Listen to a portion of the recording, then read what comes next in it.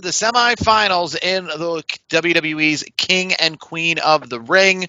And we talked about this a little bit before, but now that we're down to the semifinals, I just want to kind of bring it up.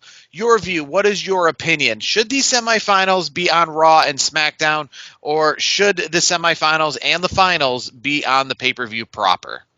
I think it should. I think it should definitely be on on the premium live event. I think, and I know we touched a little bit about it last week, but I do think having two sets of matches on each end, so it's like the final four men, final four women, king and queen, and then break it up in a way where it's like men's match, women's match, like a flip-flop, so you're not getting back-to-back matches necessarily. You could have the men's match, the women's match. You could have those four matches, and then like your IC title match or whatever, and then your two finals. And then what do you make of the bracket right now of these?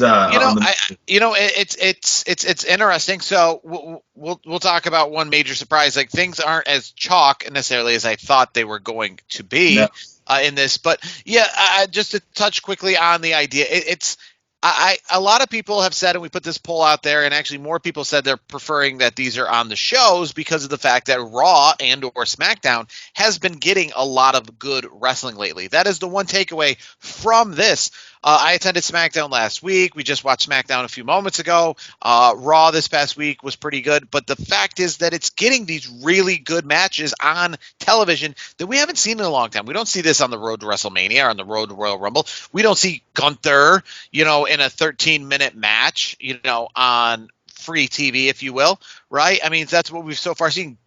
We saw Gunther and Kofi Kingston go 13 minutes. We saw Dragunov and Jey Uso in a 13-minute main event, right? Or we just saw Randy Orton and Carmelo Hayes in a great main event. So we've been seeing, tons of good matches on regular TV. So I understand fans' perspective of saying that, don't take these off of Raw and SmackDown. Don't put more promos on there, to have these on the pay-per-view. Instead, I'm enjoying seeing these on TV, and I get that portion. And because we have the women and the men, we can't really have a full tournament like we used to, on the pay-per-view. You got to at best have the semifinals, because that would still be 8 people.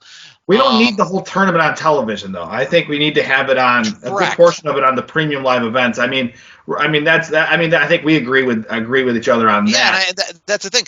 The pay-per-view, like it's similar to like the Royal Rumble, right? We don't have literally the first 50 minutes of the Royal Rumble on TV every week, and then just the last 10 minutes on the pay-per-view. You know what I mean? Yeah. And I think the whole thing, and where this pay-per-view began, where this pay-per-view came from, is the fact that the quarterfinals, the semifinals, and the finals were all on the pay-per-view. Essentially, there wasn't really anything on television. Every so often, they'd have like a King of the Ring qualifier match to get into the tournament, if you will.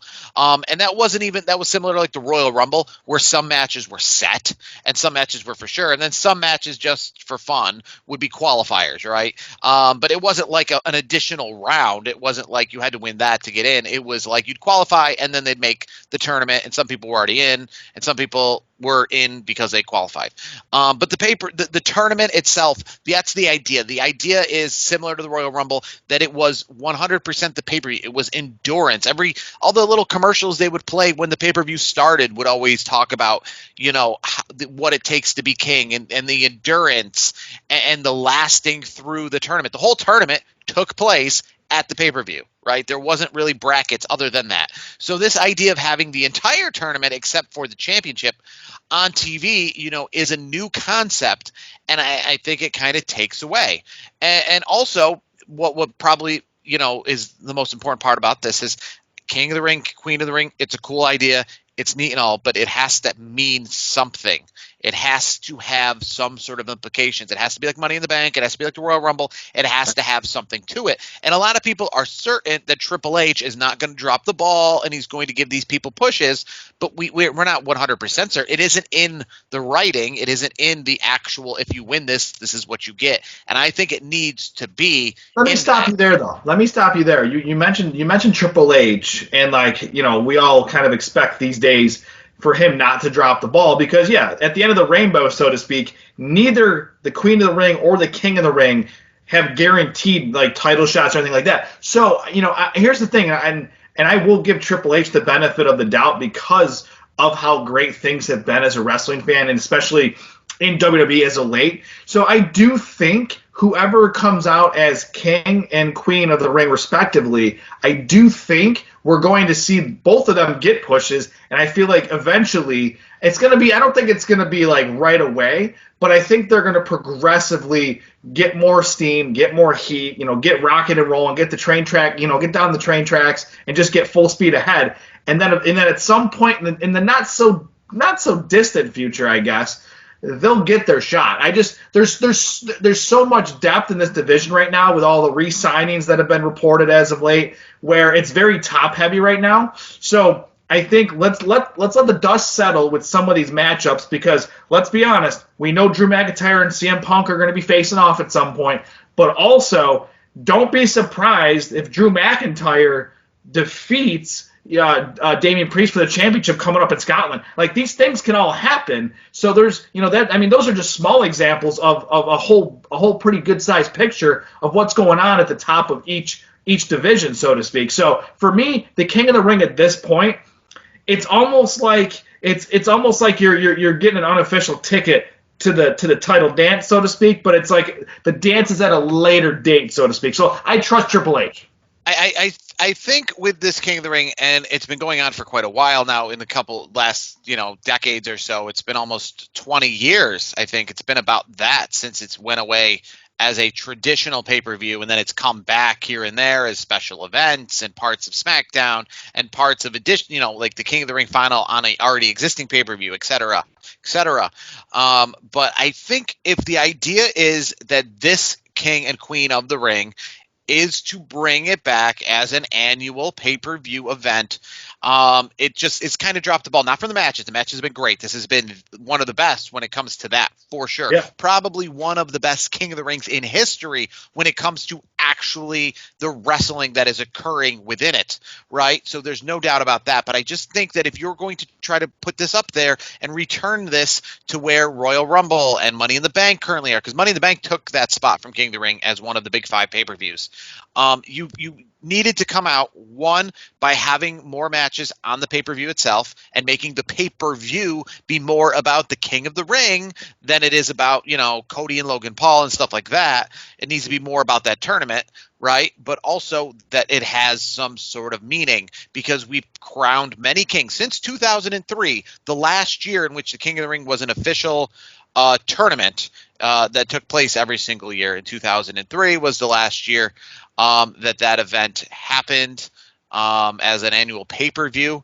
I'm thinking I might be wrong. It might be it's 2002. I think it was the one Brock Lesnar won, on which he went to SummerSlam and beat The Rock with the King of the Ring as your number one contendership that year. So I think 2002. So yeah, it's been about 22 years. But since then, we've had tons of kings and queens and stuff. Selena Vega's come through as Queen of the Ring. We've had King Barrett. We've had King what's the New Day, right? Xavier Woods. We had King Woods. We had King Corbin. Like they've all been kind of what we like to They've call all been Andre the Giant Battle Royal winning in comparison. Exactly, and it's not. Yeah, it's not what the luster has been gone for a long time, and I think this particular tournament, this particular year, with how WWE has been performing as a whole, how entertaining it's been, and to your point, the wrestling's been fantastic. This is where King and Queen of the Ring are back on the map, and I think it's going to be an annual thing going forward. We just need to make sure, like I said, that I wish when this year came about that it had the actual stipulations of what you're going to get by becoming King or Queen of the Ring and stuff like that. At least they could have done a future title shot or something. Yeah, it doesn't necessarily have to be at a particular pay-per-view or whatever, but the idea is you need to start that ball rolling, because again, this is why did King of the Ring fail to begin with, and why does it come back in one year and not come back the next year, is because it doesn't carry that weight. The Royal Rumble and Money in the Bank don't do that because it carries weight. People look forward to that. The King of the Ring, has come and gone because people go, oh, that sounds cool, and then it happens and it doesn't live up to anybody's hype, like King Baron Corbin, for example, right? There's just, he came King of the Ring. What did that mean? absolutely nothing. That's why the Andre the Giant Battle Royal, I remember the first year of that. It was a huge deal. It was on the pay-per-views. They were on WrestleMania. It was the new Money in the Bank ladder match on WrestleMania. It was a tradition. And how did it find its way to the pre-show and then find its way to SmackDown? Because it doesn't mean anything. And every year it just seems to lose more and more importance to its just now exists. Which by the way is kind of a joke too, because of how great and how, everybody knows Andre the Giant, and it's like when you tie something to Andre the Giant, you should put some oomph behind it. To me, I feel like they dropped the ball. And it means so little that obviously the women's battle royal that existed for a couple of years has ceased to exist. I think it existed for 2 years and hasn't been back since 2019. And the men's battle royal, I think during COVID took the year off and nobody missed it that year. But I'd be honest with you, if the Andre the Giant battle royal took next year off, the dirt sheets and some people would say, hey, where is it? But the WrestleMania would go on and we would just kind of move aside and go, I guess they just don't have that. Yeah, it'd be fine. And maybe a year off would be a good thing because maybe they can retool it and do something better with it. Well, I just think the fact that if it took time off, though, that just shows you that it doesn't have that importance because nobody missed it. In 2003, people missed King of the Ring. Absence makes the heart grow fonder. Maybe that's part of it. Maybe they could, maybe WWE and the powers that be can give this, this type of match a break for a time, and then just revamp it and then bring it back. What you're saying about absence makes the heart grow fonder. I think the idea though is just has to have some sort of meaning because every time they get rid of the King of the Ring, right, and they bring it back, it's exciting, but then it's not because it doesn't mean anything. Just got to retool it. That's all. So if what you're saying is, if they dropped Andre the Giant Battle Royal for a year, but then brought it back the following year, completely meaningless again, then it would be right back where it was. I think they have to drop it for a year or more, whatever the case may be. Just drop it for whatever time length that they feel is proper, and then just revamp it. Just put a fresh coat of paint on it, and then just do. I don't know what they're going to do. I don't have any ideas at this point. I don't think they need to drop it. I think they just need to give it meaning.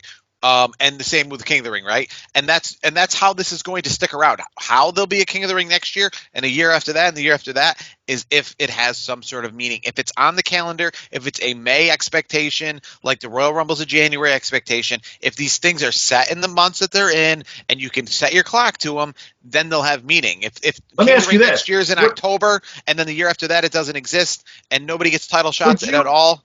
For this type of match, I'm like just spitballing here. My initial thoughts are, why don't we make it the winner of this battle royal? Maybe they become they get the number one contender for the Intercontinental or the United States Championship, something like that. I don't think it should be the Money in the Bank is obviously for the main title, the World Championship. So maybe make this, which I guess will take a little bit of the luster away, but make it kind of like, okay, you're on your way to the World Heavyweight Championship, so let's get you here. Let's start here and then work your way up. That's kind of what I'm thinking. Yeah, or just the idea that if you win, you kind of carry that title, as Andre the Giant winner for like a little bit, going into shows like you do when you're Money in the Bank winner, and the same when you're King of the Ring. And I understand, I will say, I do know that whoever wins King or Queen of the Ring, I imagine they're going to be King such and such for a period of time. So that will carry some sort of meaning. But like I said, if years go by where there's nothing done with it. I think the major thing is, and this is why the Royal Rumble is different, and this is why this works. By having that meaning, you have meaningful people win it. By not having meaning, then you can have anybody win it. And when you have anybody win it, then it takes away of the real importance, right? It's because the Andre the Giant Battle Royal, the first couple of years, you thought these people are getting pushes. This must be big time people winning it. And then when you realize it means nothing, then you're like, oh, well, then Bronson Reed can win it. I was gonna say, didn't like Riddick Moss win it one year or something like that? I think Madcap Moss can win it. Yeah. Yes. So like any of these people can win it, and it just takes away. If the Royal Rumble had no meaning, we would have had Doink the Clowns have won the Royal Rumble by now, right? We would have had Dolph Ziggler's won the Royal By the Rumble. We way, would have. because I got Madcap Moss, I know Riddick Moss used to be his name, and he changed to Madcap and all that. Just for the simple fact that I didn't get the right first name should tell you how important that match has been the last few years. So I mean, and that can happen here, right? So I can tell you, look at the King of the Rings, right? Baron Corbin, King of the Ring. And no disrespect to Baron Corbin, but yes, that's kind of shows you, the kind of stuff going on. King Wade Barrett, you know what I mean? King Xavier Woods that we've had, right?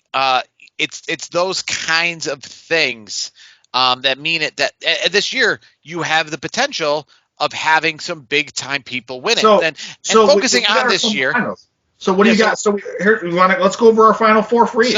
So we got the final four set, and last week we started posting who we thought was going to win this, right? And big surprise, but Nia Jax, thanks to disqualification, so kind of making it so that Jade Cargill doesn't look so bad. Nia Jax moves past Jade Cargill, my pick for winning this whole thing. I thought this was going to be, Jade Cargill essentially being treated similar as she was in AEW, given a big push, is like unstoppable for a short period of time. But Nia Jax already in her Jeddah, Saudi Arabia outfit throughout this tournament. She's already ready to go. She's not going to have to wear anything different when she goes over there. She beats Jade Cargill essentially by DQ. And I was very surprised. Now, I was curious if they were going to have Bianca Belair, who defeated Tiffany Stratton, go up against Jade Cargill. So it did kind of create some sort of intrigue of maybe Jade Cargill could lose because obviously they're both tag team champions. But indeed, it did happen. So Nia and Bianca, I think that now my question is in this women's bracket, right? So we have Lara Valkyria, who defeated Zoe Stark, and then you have Io Sky, who defeated Shayna Baszler, which was a surprise to me as well. Io Sky and Laura Valkyria on Raw, Nia Jax, Bianca Belair on SmackDown. Which semifinal are you looking forward to most? Honestly, for me, it's Lyra Valkyria. I just want to make sure we get that correctly. She's tremendous. She was my dark horse. I called it last week. I'm looking forward to that match because for me, Nia Jax and Bianca Belair, the finish is already there. Bianca Belair is going to the finals. I think Bianca Belair at this stage of the game with the final four. I think I don't. And here's the thing: nothing against Io Sky and Lyra because I'm very high on Lyra. She did some great work. She beat Becky Lynch down in NXT for the championship. Like she's got a bright future. And what WWE has done with her in particular so far in her young main roster career has been nothing short of fantastic. And the fans are starting to get behind her, which is I'm glad to see it because she's super talented. So for me, I think Bianca's going to win the whole thing. So that's why I don't really – the Nia Jax Bianca Belair match, I'm kind of like, okay, I already know what's going to happen there. So the intrigue is gone for me there. So personally, Io Sky and Lyra Valkyria will be the one that I'm looking more into because I can go either way with that match because I think Lyra Valkyria will have backup from Becky Lynch, but Io Sky obviously has damage control. So there's going to be some shenanigans, so to speak. But I do think it's going to be Io Sky and Bianca Belair for Queen of the Ring. And the only reason why I think Lyra loses is because there's more damage control than there is Becky Lynch. And I think they do something where it doesn't make Lyra look bad. It makes her actually look better in defeat. And I think Io gets the win, loses to Bianca in the Queen of the Ring. Who do you got? I think Nia Jax is, I get the idea that, Jade Cargill probably is going to cost Nia Jax or going to try to cost Nia Jax in that match. But I find more intrigue, I guess, from the semifinal perspective. I find more intrigue on the SmackDown side. But I'll ask you a quick question, too, also with Bianca Belair moving on past Tiffany Stratton. Do you think that was a last-minute switch? With the most recent Tiffany Stratton controversy about her posting, something on social media where it showed her elbowing and knocking Jade Cargill off the ring. And then there was like a dub over where obviously it was mentioned that when it was a dub over, like they do these memes and whatever, these like TikToks where it's like one video with different audio and the audio said something about mentioned Jade Cargill as being, black in the audio, and a lot of backlash from that. Do you think that Tiffany Stratton not making it to the semifinals. Is backlash from that, or do you think that this tournament is exactly going on the way that it was scheduled to go on from the start?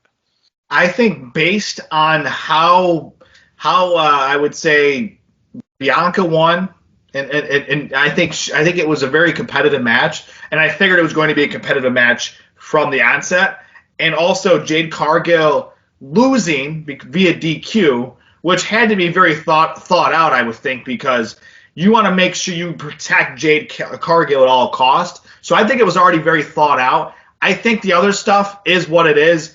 I don't get on the social media rounds and dive into the TikToks and all the different social media stuff. So for me, I think it was already planned, but it probably wasn't a good look for Tiffany Stratton for how things kind of played out. But at the end of the day, I think the plan has been Bianca Belair is going to win the whole thing, and I think they were just using the DQ to protect Jade Cargill because Bianca's gonna be.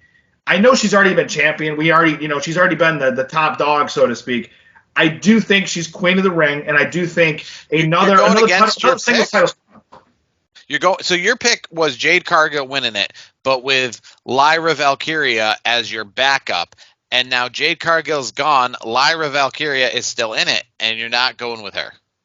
And the reason is it's damage control. That's 100% what it is. It's damage control. If you do it in a one-on-one situation, Lyra's winning, and that's how it is because because way damage control has been lately, especially with Io Sky. Io Sky has looked. I think she's looked vulnerable, and I think she's had to have more of those shenanigans with damage control to get through to the her each and every single win that she's had. Looking through the tournament here, I mean, look at what happened with her and Shayna Baszler. I mean, it wasn't damage control was involved in one way, shape, or form. So for me, that's the reason why Io Sky is going to win. It's not if it was a one-on-one match, Lyra Valkyria gets the nod. But I think what WWE is going to do here to protect Lyra just the same way that they're protecting Jade Cargill. I know they're at two different levels, obviously, at this stage of the game, but two superstars that they highly covet, they're going to protect them in losses the best that they can. So I think Io Sky,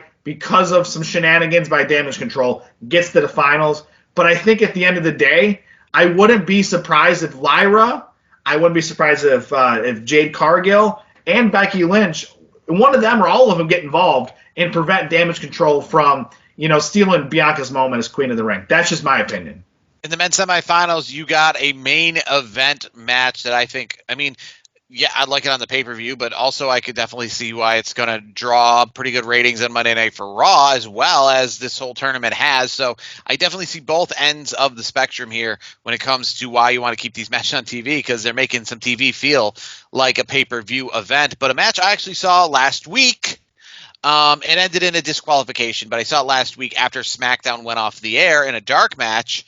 Give it up for we talk about the draft being silly. The draft, as we learned quickly, has no effect of non-television because after SmackDown went off the air, and even though SmackDown Blue was everywhere to be seen, I was watching in a SmackDown ring, essentially Gunther versus Jey Uso on SmackDown last week after the show went off the air. But they're going to face off this upcoming week on Raw in the semifinals of this tournament, which I said definitely a big-time match right there.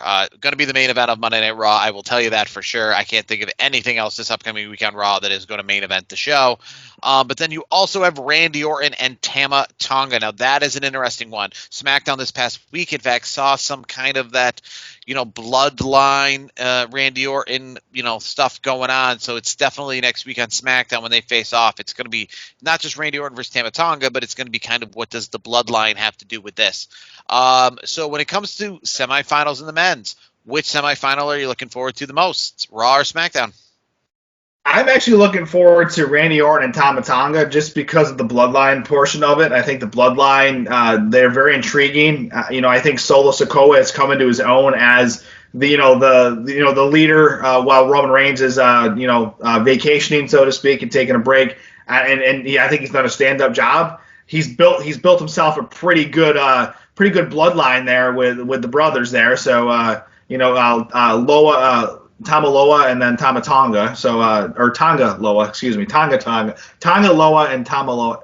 Those names get me every single time. But yes, the brothers, brothers of Haku. We'll just go with that. Sons of Haku. Yes, of Haku. Yes, thank you. It's a late night. But no, I think overall, I like this matchup. Just I think Randy Orton's obviously the pick, but he's not going to be my pick because Bloodline's going to ensure that Tama Tonga is going to be in the King of the Ring finals. And here's what's going to happen, and this is going to be a twist from last week's show because I had Gunther as my winner last week. I think we both had Gunther last week. I'm doing a change of plans based on how the bracket is kind of put together. I think Jey Uso is going to be there, and we're going to have a little bloodline reunion, so to speak, and it's going to be real interesting. And here's a crazy twist. I'm not calling this by any means because I think it would be the wrong thing to do because main event Jey Uso needs a singles title run. But if they're not doing that, I could see the return of the Usos with Jimmy helping out his brother and winning the King of the Ring as a it's to kind of make up for what he did for against his own brother, against Roman Reigns, not that long ago. We'll talk a little bit about the finals, and clearly we'll still have a lot to talk about next week when we record because most likely it will be prior to both Randy Orton and Tama Tonga as well as the finals itself. So that match we won't know essentially the finals until pretty close to the show. In fact, next week's SmackDown will be in Saudi Arabia. They'll be taping it probably around 12 in the afternoon. So it will be taped on television in the United States next week. But for the television viewer, I mean, that's a quick turnaround because we're going to go from 8 p.m. East Coast SmackDown to 1 p.m. Pay-per-view the next day. So yeah, there's going to be a quick turnaround from semifinals to finals within essentially, a 16-hour span of time. We're going to go from Randy Orton and Tama Tonga in a semifinal to knowing who the winner of the whole thing is. That'll be kind of, and if you're on the West Coast, it's even shorter because I think the pay-per-view starts 10 a.m. and SmackDown will still be on at 8 p.m. So you'll go from SmackDown at 8 p.m. To a 10 a.m. pay-per-view. So a very quick turnaround. So we'll talk more of that, but could be very curious. I'll save it maybe a little for next week, but maybe Tama Tonga. Let's just say, remember when Andre the Giant won the $1 million or the WWE Championship back in 1988, and then he handed it over to Ted DiBiase to make him the champion? I mean, could we see stuff like that within the bloodline, if you will? But either way, I mean, I have to say, and I'll stick to it, this has been, when it comes to wrestling, the best King of the Ring tournament. I mean, Queen of the Ring, we haven't had a lot of examples in the past, but definitely we'll just focus on the King where we've had a ton. Of the King of the Ring tournaments, this has been, wrestling-wise, the best. I can't tell you. I mean, Gunther went 21 minutes against Sheamus, went 13 minutes against Kofi Kingston. I imagine he's going to go 13 to 20 minutes against Jey Uso. And, by the way, Sheamus got tapped by Gunther, so that's pretty impressive because Sheamus is a tough son of a bitch. And guess what? He got tapped by we've seen Gunther. Jey Uso and Finn Balor. We've seen Ricochet and Dragunov go 14 minutes. We saw Jey Uso and Dragunov go 13 minutes themselves. We saw AJ Styles and Randy Orton last week main event SmackDown with their 18-minute match. So just those matches alone. On the women's side, it's probably been the best, but there isn't really too much in the history books, and it still has been not as great as the men's. But just focusing on the King of the Ring, this has been in the match. Because if you go back to 1995, I mean, you'll look at it's Bob Holly, versus Doink in one match or something stupid like that. And I think even it's funny because 1995 is the worst rated King of the Ring ever. That's when Mabel won it and then went on to main event SummerSlam against Diesel. And people are look at, they dropped the ball because you had Shawn Michaels in that, you had Razor Ramon in that, you had the Undertaker in that, and they were all eliminated in the quarterfinals of that year. And the matches, like I said, themselves back in the day when they would have all 8 tournament matches on the card, or at least all 7 or so on the card, yeah, they were 2 minutes apiece. I don't even think a lot of championship matches. King of the Ring finals got like 13 minutes. So the fact that these are all getting that time is pretty impressive. So when it comes to comparing this tournament to other tournaments, when it comes to the quality, I don't think you can compare.